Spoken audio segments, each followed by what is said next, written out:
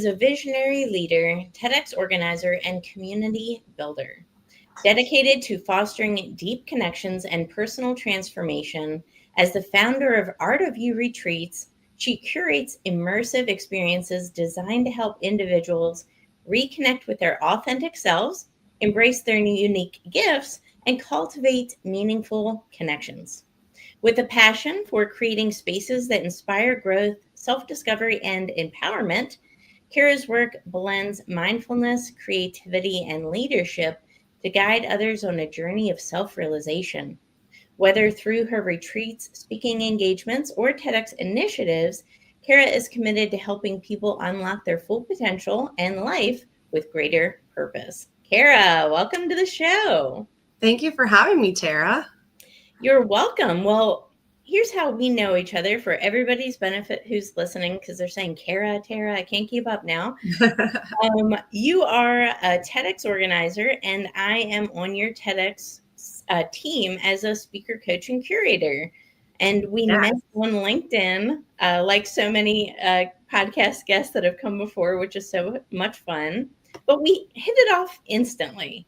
Seems like we had a similar background, similar interests, and there was just a lot of alignment. So I'm really glad you're on the show today.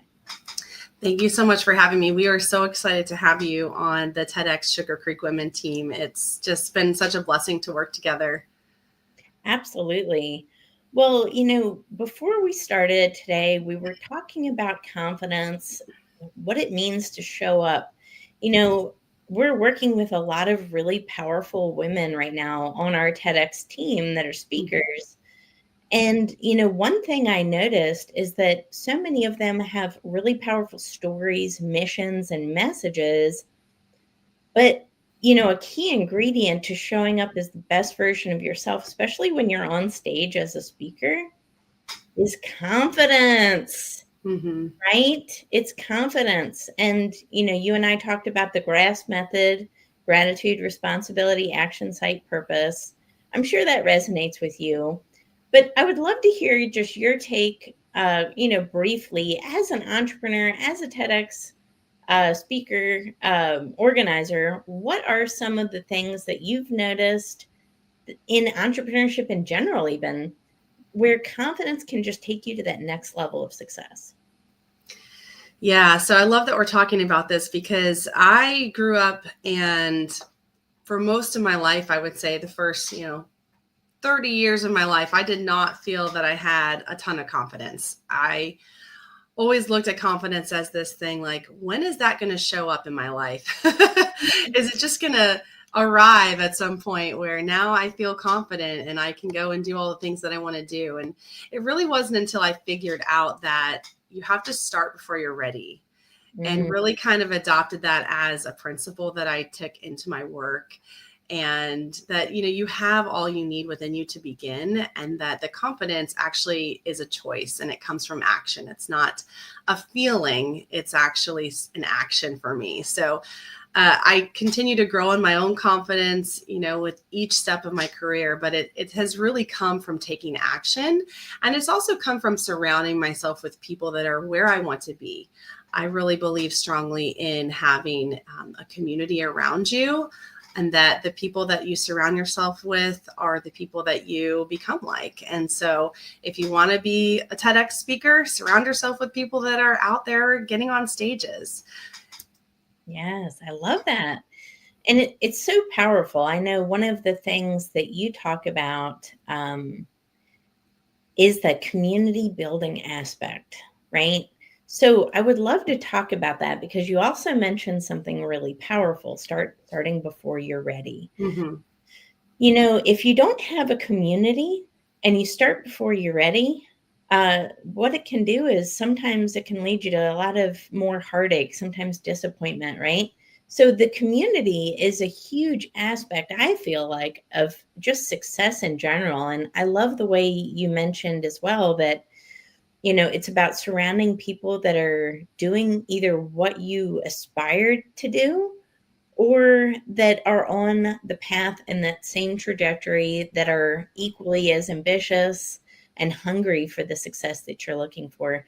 How has community played a big role in your life and professional development? Yeah, so for me, community is a huge piece, and both personally and professionally. So I went through a really hard time in my life back in 2011. I went through a divorce and a bankruptcy and coming out of an abusive situation. My sister died all in the course of 1 week. And it was one of those times in life where just all of the dominoes fell. I felt like, I didn't really have a lot going for me at that point in life. I was very depressed. And I got busy with, just the work of not feeling, as I call it, just continuing to work and move through life and trying to rebuild.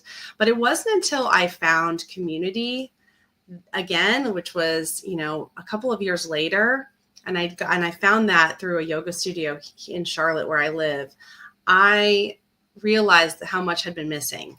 And so once I kind of landed myself in a space that really I felt just at home, and I felt like the community was extremely supportive of me and of, the things that I was trying to create, everything really kind of shifted for me at that point. I went on, fast forward, to actually purchase that business. I started working at the desk, and then I became the business manager and the director of operations over a few years.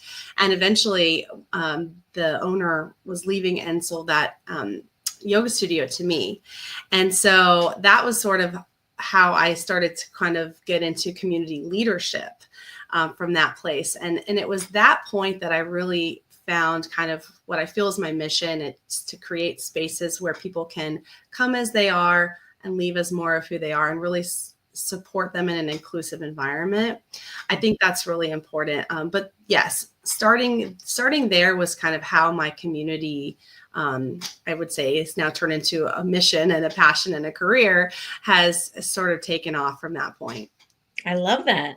And the theme of your event for TEDx is Wired for Connection, which I love that, by the way. It's such a cool idea and concept.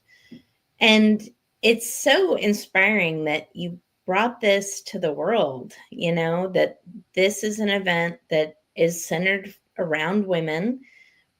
And it's all about bringing people together. So all of the talks are centered around connection in some form or another. It could be technology-based talks like cybersecurity. It could be social media, what Wired for Connection means there. It could be any number of things in entrepreneurship, etc. And what I've noticed since I've met you and since being on your team, of how many people resonate with this. It's not just me or you, right? There's so many people right now today who are craving community, who are craving fellowship, and we're just not quite finding it. There's so much connectivity in this world, technologically speaking, right? We are wired, right? With all of the technology and devices and gadgets. But so many people actually feel lonelier and more isolated than they have ever been before, even though we're more technologically connected than we've ever been before. What do you think about that? Yeah, I mean, you hit the nail on the head with that. That's literally where this theme of Wired for Connection came from, because when I go and I speak about connection in my keynote speeches and my corporate workshops, I talk about this. I always say we're wired for connection, but we become more disconnected with every new wireless device, because we are, living in this time of the most potential for connection and the most technically connected. But actually, we've been in a disconnection epidemic. We've been in a loneliness epidemic, which has been identified now for the last few years. The last Surgeon General of the United States said, we are now officially in an epidemic. It's affecting 60%. 60% of our country is feeling loneliness. And this is actually affecting our health, more dangerous to our health than smoking 15 cigarettes a day. It could go on and on about the physical and mental detriments to having this loneliness and this disconnection epidemic. And this is so important to me, because this is what I was experiencing back in 2011 when I was telling you all that I was going through.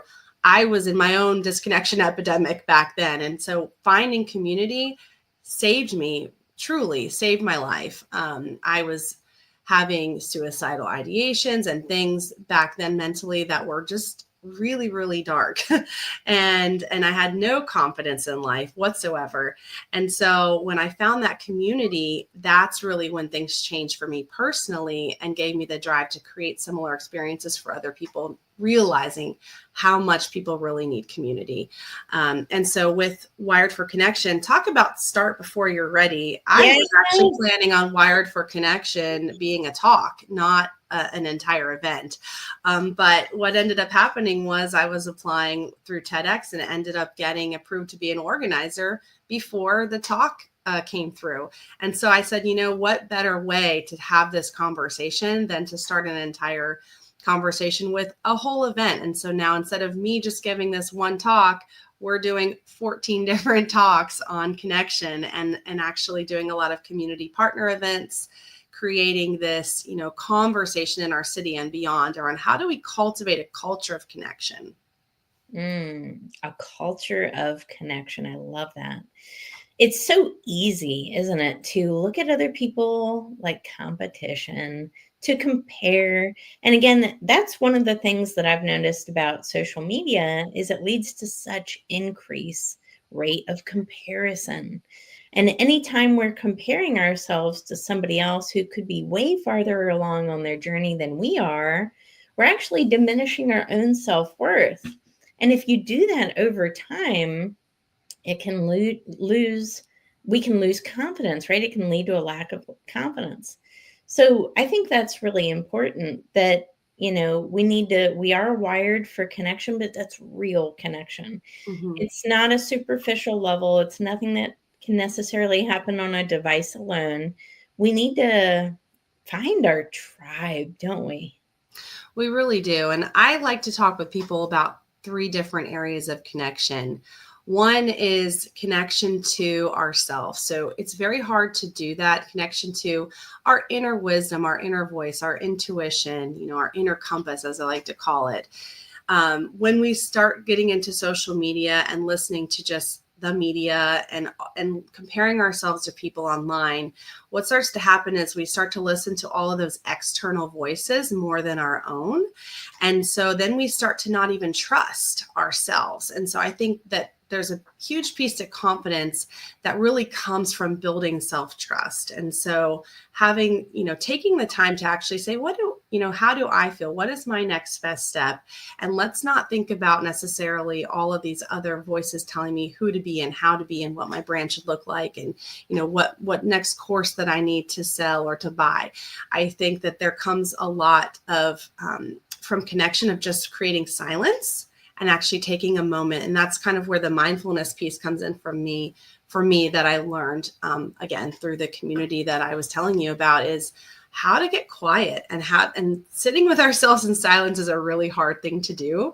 But when you can do that, and it doesn't mean you have to be in meditation, sitting on a mat, and you can be walking outside, connecting with nature. There's so many ways, but just to be able to create a little bit of space and that helps our creative brains to really, think about what we really want to bring into the world as well. So that's the one. The other one is kind of connecting with the world around us. So maybe that's your spirituality, nature, God, whatever that is for you, but having this sense of, we're all connected on a grander scale.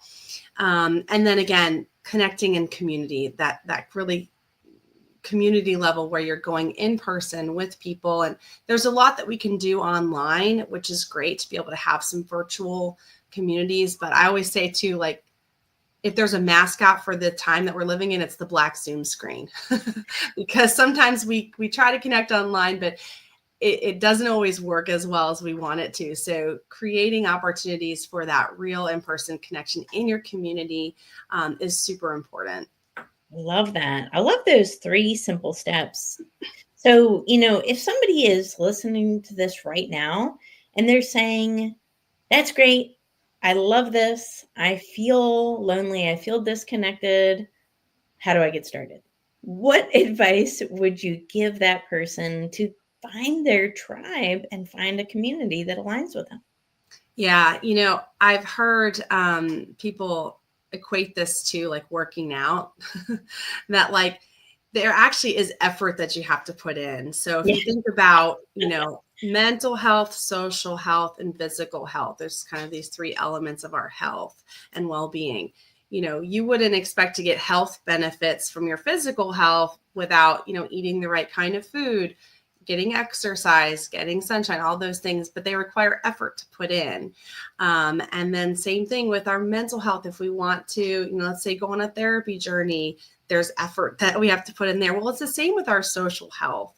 We have to actually take the time, figure out where are we going to go? What are we going to do? And sometimes that can be really uncomfortable in the beginning, just like it is when you're working out and building a new muscle. You have to go to a new group. There's actually no shortage of groups and people that are creating spaces for you to connect. If you just go to meetup.com, you're going to find all kinds of things, from entrepreneurial groups to, book clubs to exercise groups, whatever it is. You can find something that appeals to you. And I think that's really important. And it's not to try to fit yourself into a box that maybe you don't feel like you belong in, but to try to find spaces that feel inclusive for you, that you can show up just as you are. Maybe it's a play date in the park with your kids. Maybe it's a networking group for your business, but continue to try different spaces. And, the thing that I always say is to listen to your body. Like when you go into a space and you're surrounded by people, there's so much energy around you. You just have to kind of listen, like, how does it feel?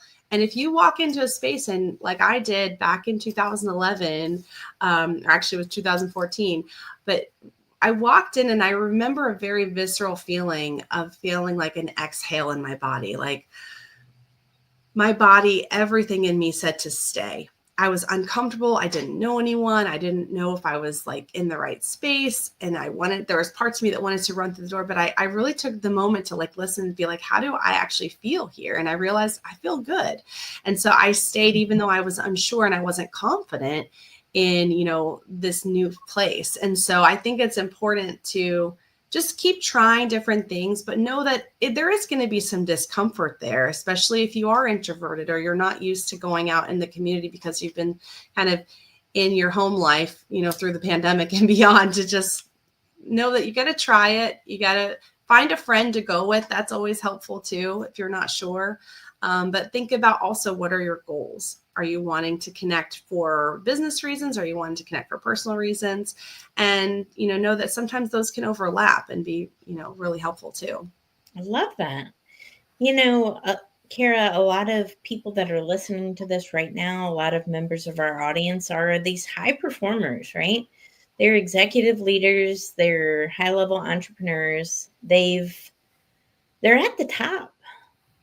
And, there's a saying, it's lonely at the top. Have you ever heard, right? Most of us have heard that saying, it's lonely at the top. But, these high-level leaders, they need that connectivity almost as much as anybody else, if not more, because it can get really lonely. Mm-hmm. And I know that you work with a lot of corporate teams as well, to bridge connectivity, because it's just so important. But what advice would you give to somebody that's, in that like high level leadership position that says, you know what, I don't have any community. I don't know where to turn to. I have all of these problems. And even if I wanted to, where's the time? Because I'm here running a business and I don't have time for all this. What advice would you give to somebody that's in that boat right now? Yeah, so I think the time is the biggest issue there, because often, we meet people, and we connect with them, but then we easily disconnect because we're all so busy, like you said. And so one of the things that I try to do is actually utilize the technology that we have. Okay, so we're going back to being wired for connection here. Yeah. Is that we do have opportunities to connect virtually, but how can we make those have more of an in-person feel? So there are tools that you can use. Certainly video chats are great, but often, again, do we have time to sit down and have coffee over Zoom? Not necessarily. We might not have a whole half an hour, but we can use video messaging, voice messaging, to actually build relationship and connect. So I have a group of people that are kind of my inner circle, again, people at the top that are very busy, that don't have time. We would love to be able to go and have dinners every week, but we don't have time. But we do understand the importance of connection. And so one of my favorite tools to use is actually Marco Polo. I don't know if you've heard of that, but it's a video messaging system that you literally just leave video messages for each other. And it allows you to have that feel like we're having right now, where we feel like we're sitting in the same room, we're connecting with one another, and we can talk about real world stuff. We don't have to worry about being on a Facebook group or in some kind of space where it's, being monitored by Meta or whatever, and it's just offline. And my friends and I also, my business friends, we send voice messages back and forth often. So instead of just sending a text, could you take 2 seconds and send a voice message? You and I do that often. We send voice messages to each other, and it just adds this other layer of connection that it's kind of, you don't even think about it till afterward, but it's like, wow, I actually got to feel your energy because I could hear your voice. Or if you leave a message on Marco Polo, you can see their face. So consider using tools like that. Consider having just a couple of people. You don't have to have a large community to feel like you have a space of belonging where you're really connecting with people. So even if it's one or two other people, you could get a conversation going on Marco Polo or some other platform that you like to use. It really will add to your week and add to your month and give you a space to feel like you have an outlet.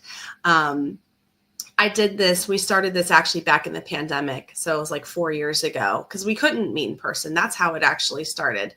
And that same group, it's 4 of us, 4 women, have continued through all the way to now. And almost weekly, we're on there leaving messages just about our lives and our businesses and what's going on. And it's been literally a lifeline for me to have that through all of this time.